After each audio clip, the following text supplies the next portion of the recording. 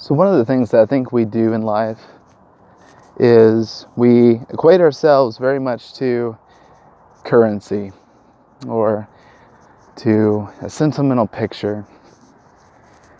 Basically, we set ourselves up to believe that we are only as valuable as the value that has been assigned to us by others.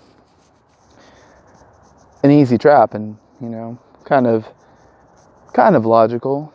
It kind of makes sense. When we live in a world that everything is materialistic, with constant change and trends and styles, and fashion and what everyone loves, it's easy to find ourselves applying the same structure to ourselves. Advertising is all about trying to convince you that what they have is valuable and you want it. Fashion has become something very similar. Rather than being something that's energetic or reflective of culture, in a different sense, it becomes reflective of culture in the fact that it is teaching us that we need to sell ourselves. We need to try and convince everyone that we have value, purpose, and worth. When it used to be that you accepted the fact that you had value, purpose, and worth simply because you were human. And then you did everything else you could to be helpful to society. Whether that was through trade or craft or leadership or the arts, it was something completely different than what it is now. So here we find ourselves trying to figure out who the hell we are, struggling to find our value, and because we keep putting it in other people who are fickle and often uncaring and unrelenting, it's easy to fall into despair and anger because, well, it's not sustainable. The love and affection of a human is fleeting. And because we cannot fully believe it ourselves. Because we are so strong in our desires to find value, to find purpose. And so desperate for it that when it comes along, well, we're too busy trying to find it to actually see it. And I am definitely no exception to that. People are coming.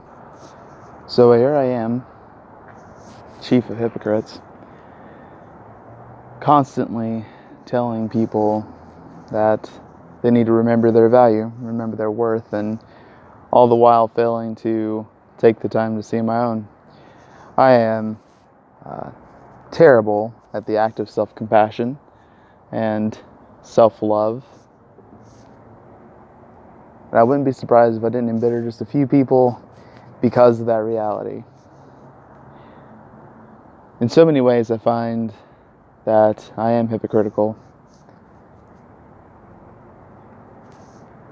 But not in the Pharisaic way where I'm judging anybody, only in the more modern sense of the word that I say one thing that I'm not so good at doing myself, or am, even, dare I say it, choosing not to, because it's uncomfortable. It's not the habit that I have developed.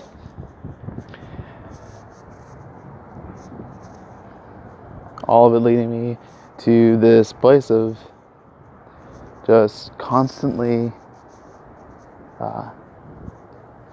repeating myself, and also trying to find my value in other people, and it again and again and again, it doesn't work when I should have been looking for it from healthier circumstances, healthier places. Morning. Sometimes all we need is a little bit of help. Sometimes we need people to speak to us, and yes, it's good to have friendships and to have relationships and for people to help you to discover your value and who you are and what you can and cannot do. Those are all beautiful things. However, when we find ourselves solely basing all of our self-worth and self-value on the opinions and thoughts and actions of others, then we have set ourselves up for failure. We set ourselves up for destruction. And bike. We have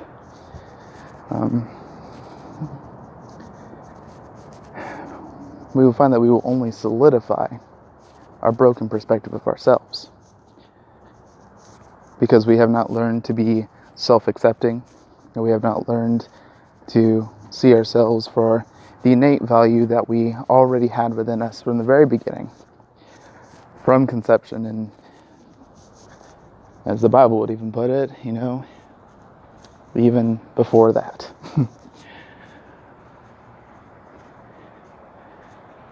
So today, my challenge for myself is to stop putting my value and purpose in the hands of other people who are often too busy trying to put their own value and self-worth in the hands of others themselves. They can't change me. I can't change them. I can't even convince any of them that they are valuable. And it's been proven time and time again that they can't prove to me that I'm valuable. So I ask you to stand with me.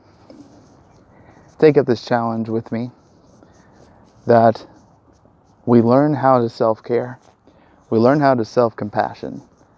We learn to tell ourselves the truth of who we are and what we can do and all the beautiful things that are interwoven into our very beings. Whether that is being able to play an instrument well, or if it's having a scientific mind and being able to understand the most intricate chemical compounds, or if your thing is philosophy and theology and you can decipher all these things and work through the logic, or maybe you're good at cooking, or maybe you're just really good at relationships, caring for other people, sharing life with other people. Maybe you're a good listener.